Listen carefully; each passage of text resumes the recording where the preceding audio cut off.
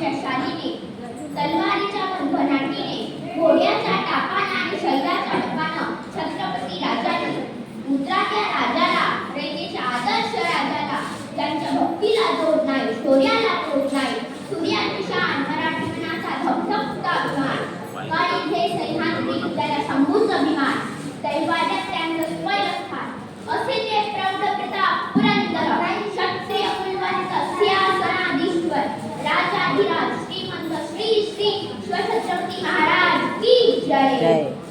बंदुकीच्या जोरावर आणि हंटरांच्या धाकावर, अहो बंदुकीच्या जोरावर आणि हंटरांच्या धाकावर अनेक लोकांना जगायला शिकणारी माणसं बघितली, परंतु बंदुकीच्या जोराशिवाय आणि हंटरांच्या धाकाशिवाय जगायला शिकवणारा मी एकच काम बघितला, ते म्हणजे छत्रपती शिवाजी महाराज.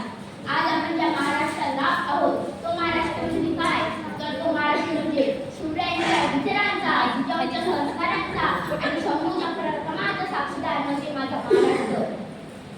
कष्टकरी शेतकऱ्यांचा, दिलदलितांच्या, 105 उद्यम्यांच्या बलिदानांचा, त्या दिल्लीच्या तख्यातही घाम फोडणारा जिगरबाज मर्द मराठ्यांचा, मर्द मावळ्यांचा हा महाराष्ट्र, मर्द मराठ्यांचा हा महाराष्ट्र.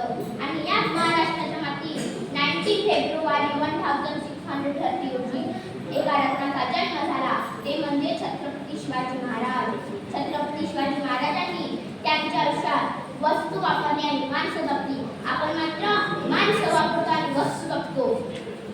भारताच्या इतिहासात सुवर्ण अक्षरांमध्ये प्रतिष्ठित वापरून इतिहास रचला. त्यांनी विशेष प्रत्येक गोष्ट आपल्या मनामध्ये ठासून भरली आहे.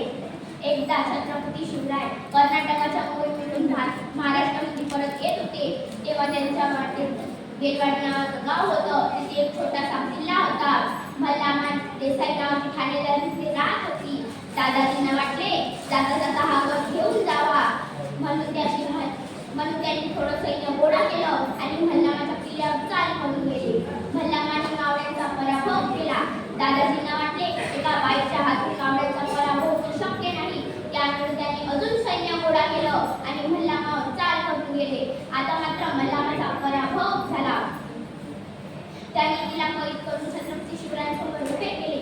तेव्हा तिला कैद करत असताना आत गेली व तिच्या कान्याबाळाला घेऊन बाहेर आली. तिला वाटले की प्रत्येक राजा आपल्या गुन्हेगाराला शिक्षा देतो, तसं हा राजा मला आणि माझ्या बाळाला मारून टाकणार. ती छत्रपती शिवरायांसमोर गेली व नतमस्तक होऊन म्हणाली, राजा मी तुमची गुन्हेगार आहे राजा, जी काही शिक्षा द्यायची असेल ती मला द्या, यात माझ्या छोट्या बाळाचा काहीही दोष नाही.